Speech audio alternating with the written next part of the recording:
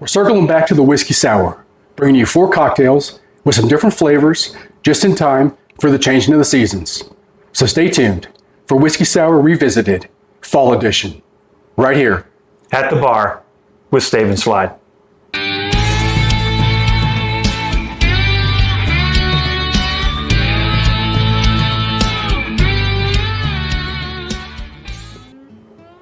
Welcome back to At the Bar with Stave and Slide.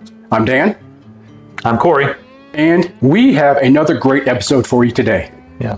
So we thought that we were done making whiskey sours. Yeah, I closed it out. I closed out the series in the last video thinking that this was as far as we were going to go. But we changed our minds. We're not done. We decided to make some more. So there are so many different delicious whiskey sours out there. Right. And now with the season changing, we're in October now, we're getting into fall. We have come across some more variations. Yes, with this episode, we're going to really push the limits of the whiskey sour. The last episode we said were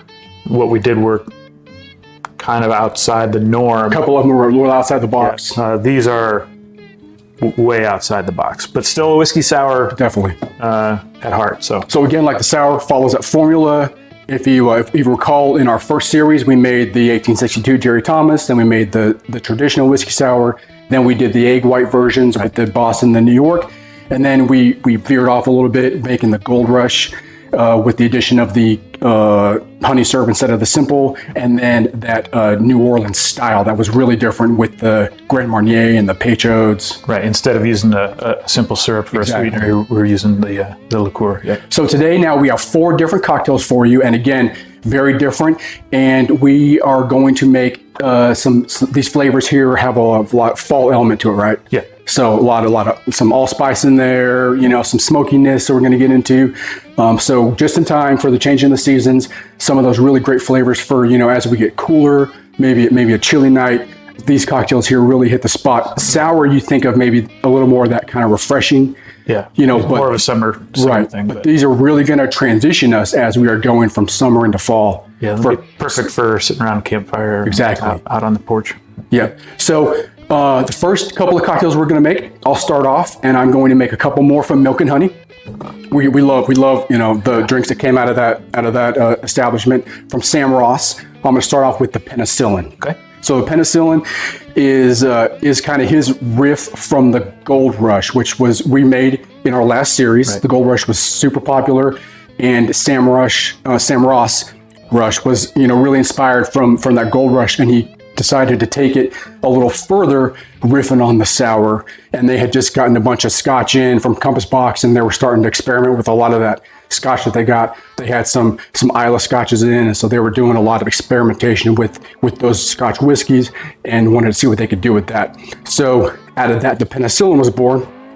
So we are using scotch whiskey. Now, our channel here is more bourbon focused, but as Corey knows, and most of you probably don't know, my first love was scotch. Yeah. So I was, when I was a young staff sergeant, I was stationed overseas in Germany at a NATO base. So fully Europeans. So we had a duty-free exchange over there, and our scotch selection was phenomenal. I can imagine. And the European contingent that was over there, really big scotch fans, and so we had tastings all the time. And that's really what I first got into, in my younger days, was scotch. And so I have an affinity for it. I enjoyed it a lot. And so this drink here, the penicillin using scotch, is right up my alley.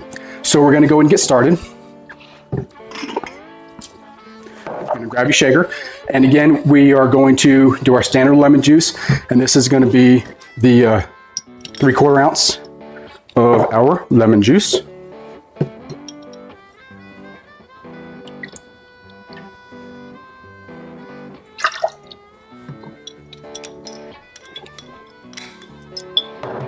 And then this calls for a honey ginger syrup.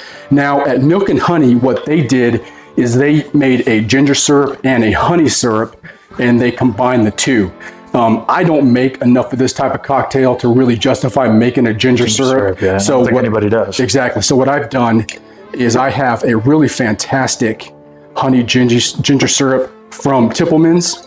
They make a great product, and obviously it's more shelf stable. So I have this, and it serves my purpose as well whenever I want to make this kind of a drink.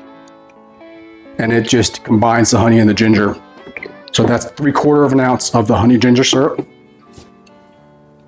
And if you are a person who uses ginger syrup a lot, or you just would prefer to make your own separately, it's equal parts. Yeah.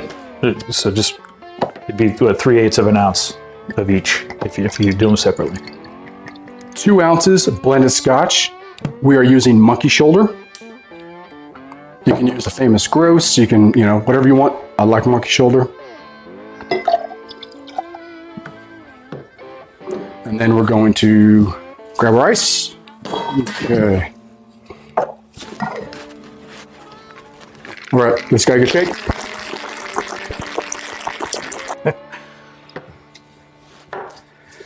All right.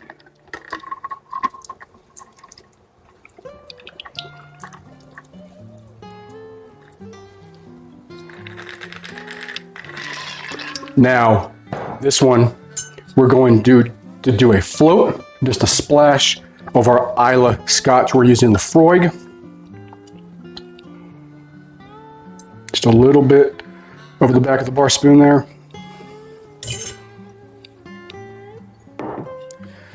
And then we will garnish with some candied ginger.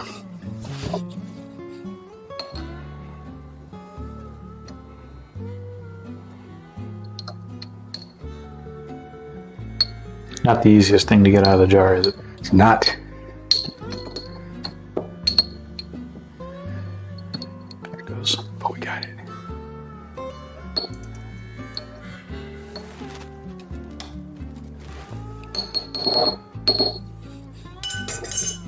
And that is the penicillin, created by Sam Ross and Milk and Honey. Looks good. Yep. Maybe a straw down there. I'm going to sample that.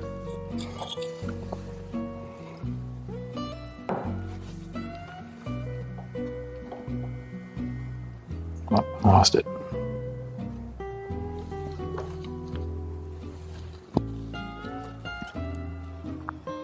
It's very similar to the Gold Rush. Right. Do you get a little bit of spicy note And ginger. from the ginger, and a little smokiness from the scotch. Yeah. Yep. That's delicious. Fantastic cocktail. I love it. And again, with that smokiness with the scotch, I like this on a cooler evening, and it's a great cocktail. Okay. Next, we are going to make the Harvest Sour. That is another Sour, yeah. Sam Ross creation. So let's go ahead and transition. Okay. So next, we're going to make the Harvest Sour, which is another Sam Ross creation, and this one is bursting with fall flavors.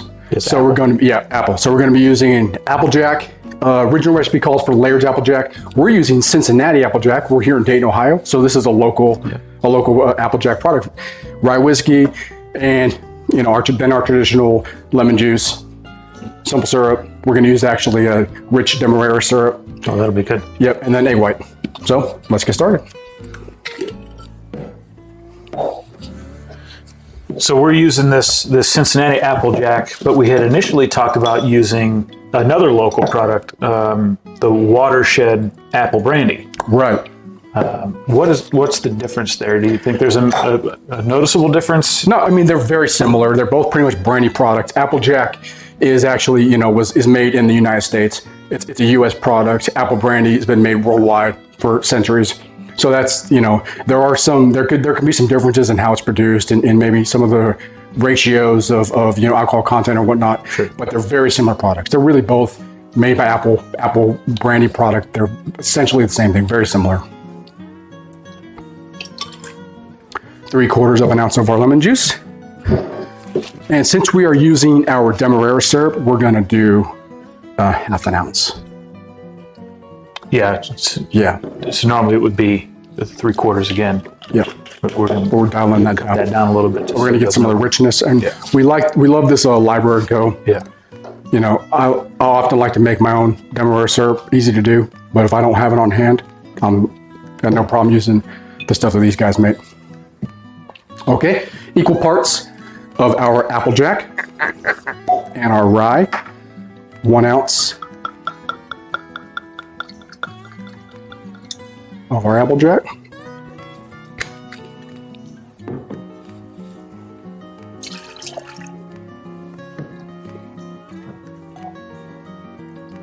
1 ounce of our rye.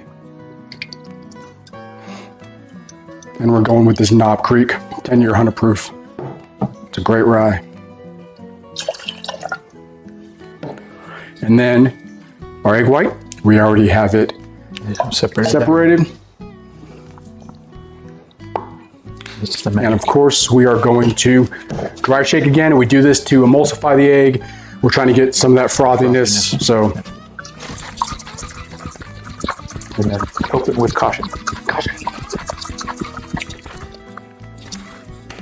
Bam, right there. Yep. Thanks for the assist, shaker.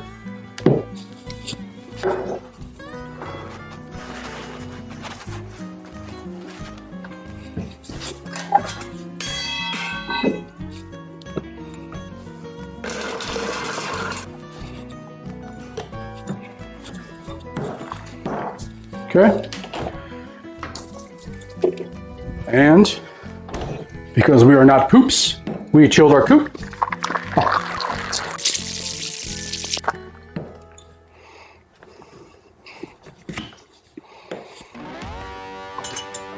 And then we will double strain this.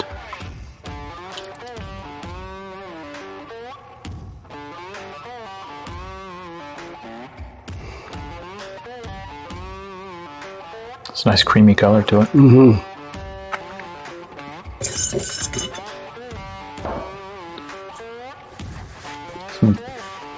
Some good, decent foam on there. Yep. Okay. Now, for this guy, we're going to garnish it with an apple slice.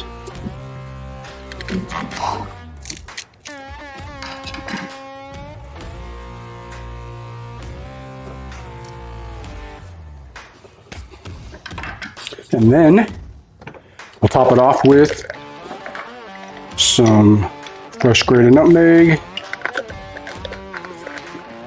Very fall. Yes, like I said, we are exploding this with some fall flavors.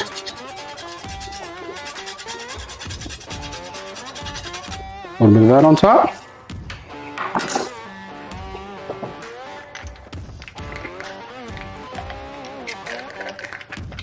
And then we don't have a cinnamon stick, so we're just going to give a touch of cinnamon as well.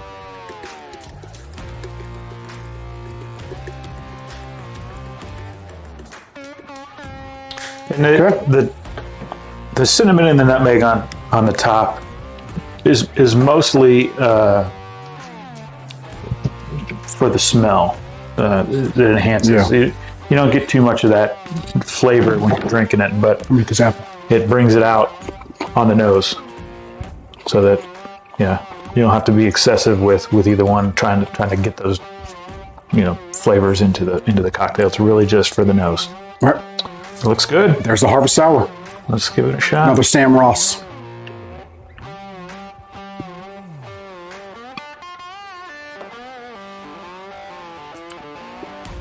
It's like fall in a cup. Yeah.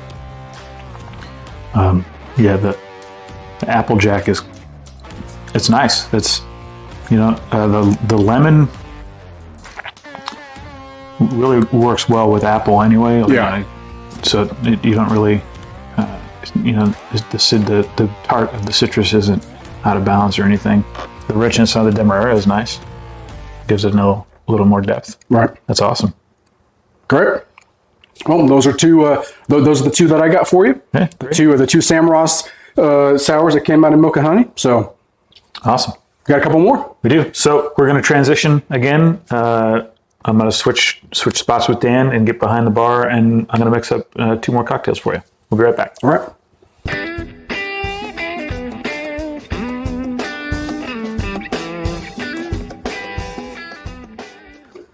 All right, welcome back. Thanks for sticking around. So we're going to do 2 more cocktails for you. These are probably, I would say, further beyond what the norm of the whiskey sour than anything we've already done. Yep. And I know I keep saying that every time we do a cocktail. We just keep going. But we just keep getting further and further. So this is the Trinidad Sour. Okay. Okay, so the Trinidad Sour uses a heavy helping of Angostura bitters. I see where it gets its name from. And that is exactly, that's where it gets its name from. So for what we're going to need, Angostura bitters, orgeat. Orgeat. We believe we're saying that correctly. Everybody says it differently, it seems like. And rye whiskey, of course, and also lemon juice. Okay, so let's get started. In our shaker, we're going to do our normal 3/4 ounce lemon juice.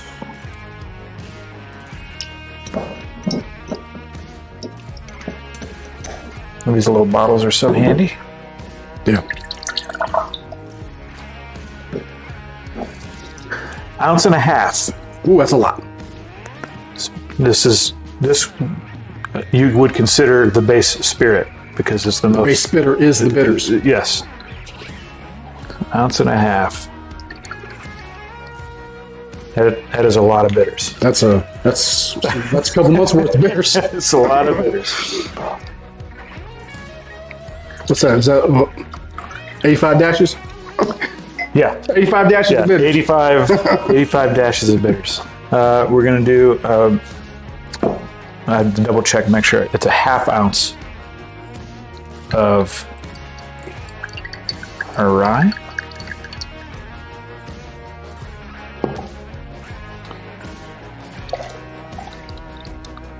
Dark color from the bitter. Dark color for sure. And a full ounce of the orgeat. Okay, that's really going to cut into the It is. Angostura. And it's going to give it. I mean, I think it's going to be that almond flavor is really going to be prevalent. Into the fray.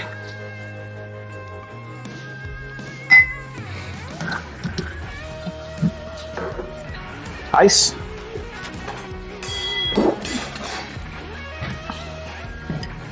Ice. Give it a good shake. Hello.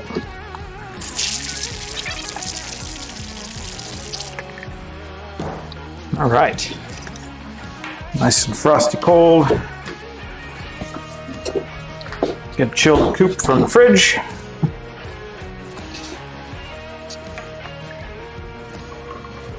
Strain that right in there. Oh, look at that. That looks like fall. It does.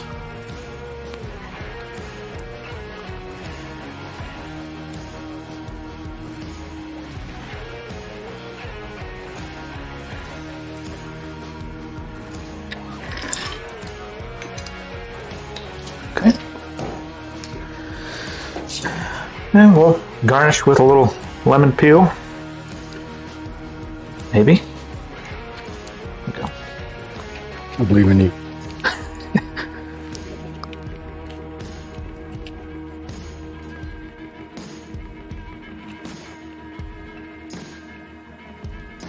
Come on.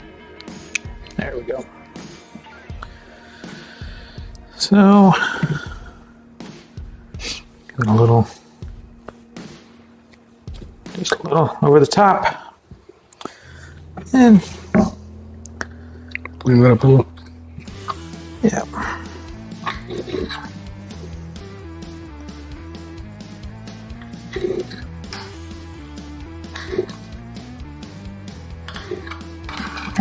See if I can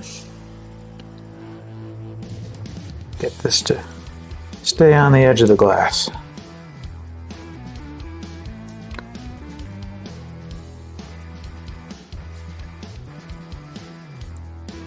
Maybe.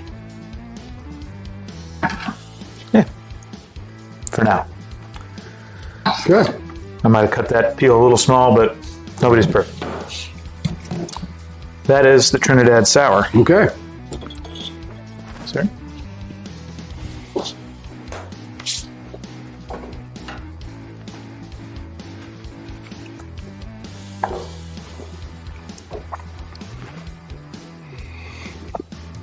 That is really good. You get the bitterness, like you get that Angostura, but it's not overpowering.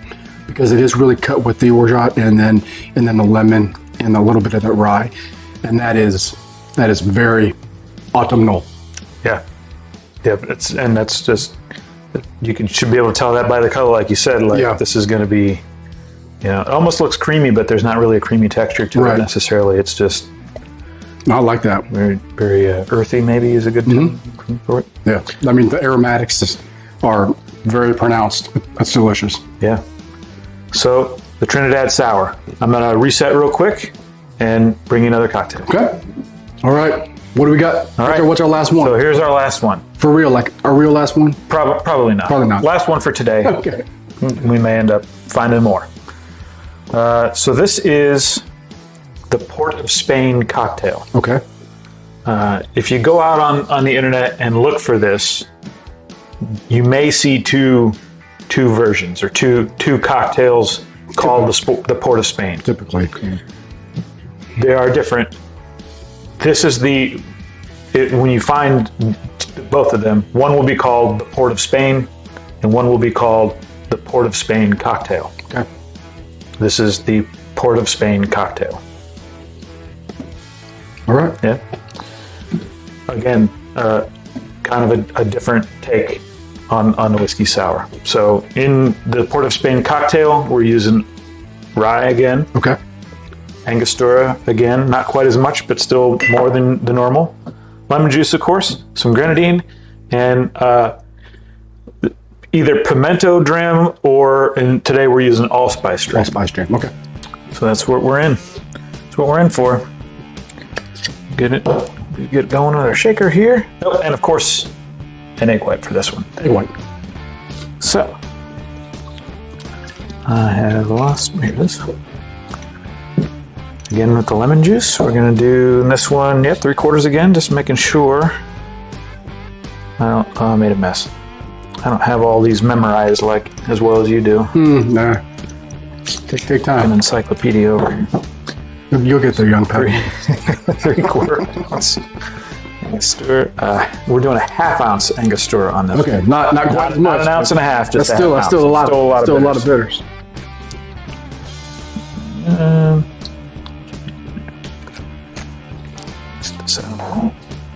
And that's how you get through a jar of Angostura bitters. That quick. If you want to get rid of one. That is it. We're gonna do 3/4 ounce of grenadine. So grenadine is super easy to make yourself with pomegranate syrup. Yeah. That and you throw a couple orange peels in there. I like to make grenadine myself a lot. If I don't have it made, again, Liber is a great brand that we like to use. But please, whatever you do, don't get the roses. Just don't get that stuff. It's just red sugar. Yeah. If you're going to get commercial grenadine, get something high quality like the Liber. There's a couple other natural, high quality brands, or make it yourself with some pomegranate juice. Yeah. Maybe that's an episode in the future, doing some syrups or something. Yep. We're gonna do 1 ounce of rye.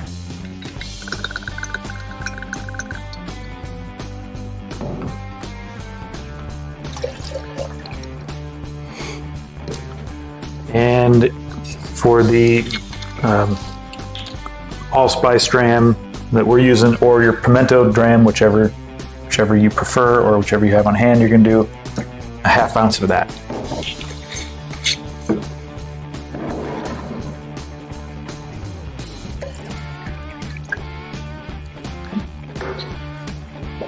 Add our egg white.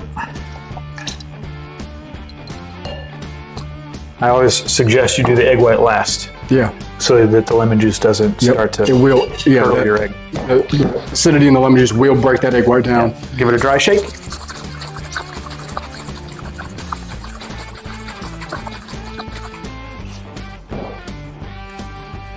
Hope we don't pop a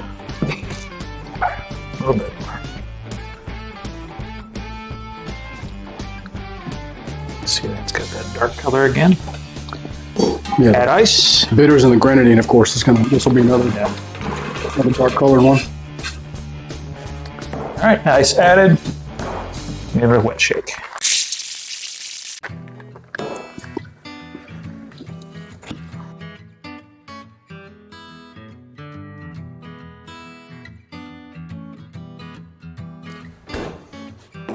And again, strain into a chilled coupe or preferably some stemware of your choice. Coupe is usually the best. Typically with an egg, you double strain. I'm not going to double strain this one. As we saw in the earlier cocktail, that strainer isn't working so well. So I have to get a better strainer for the egg straining. We should be okay. Very similar color to the last, to the Trinidad. A little lighter. A little lighter. Yeah, but I love the color. These would be great to make if you're hosting, some kind of a cocktail party or something like that, or gathering during the holidays. Yeah. So as that sits, the egg, the foam will kind of progress. Of course. Optional whether you want to garnish or not. I'm going to leave the garnish off this one. I think it looks good the way it is with that white layer there. And here you go. You want to give that a shot? Let's do it.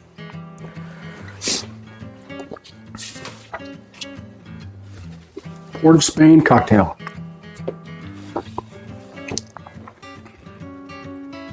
Oh yeah. Really good. Of course, you got the creaminess with the egg white, a little more sweetness with the grenadine. That allspice dram, you get a lot of those bitter flavors, with with the Angostura. Very good. I like that. Yeah. Well, there we are. I like it. I think we've come to the end. Yeah. I think we made some very different. We got the penicillin. Harvest Sour.